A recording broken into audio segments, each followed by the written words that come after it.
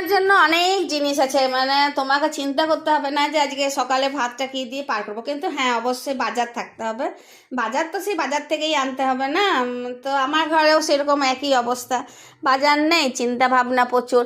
আবার সকাল থেকে ভেবেছি যে আজকে মাথায় একটু কালো রঙের কালি লাগাবো। তো সেই গ্রীষ্মকাল হলে কি হয়, সকালে ঘুম থেকে উঠেই মনে হয় কখন জলে ঝাঁপ দিয়ে দেবো। আর এখন আবার জল থেকে নিজেদেরকে রক্ষা করছি।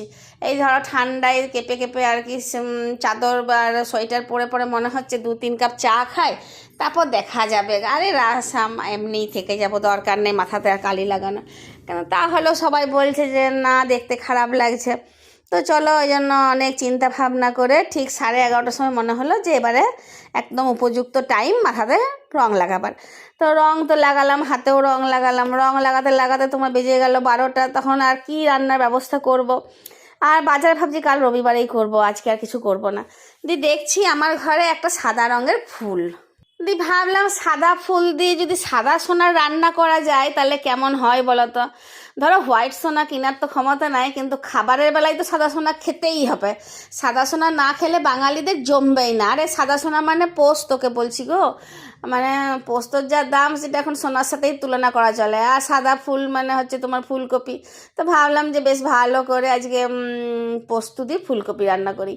দিয়ে তো রান্না করতে করতে তোমার পোস্ত ফুলকপিগুলো প্রথমে ভেজে নিয়েছিলাম। আর ফুলকপি রান্নাতে অবশ্যই 5 ফোড়ন আর এই কাঁচা লঙ্কার যে একটা ভাজার গন্ধ তেলের সাথে, সেটা বেশ ভালো লাগে, তাই ওটা আগে ফোড়ন হিসাবে ব্যবহার করেছিলাম।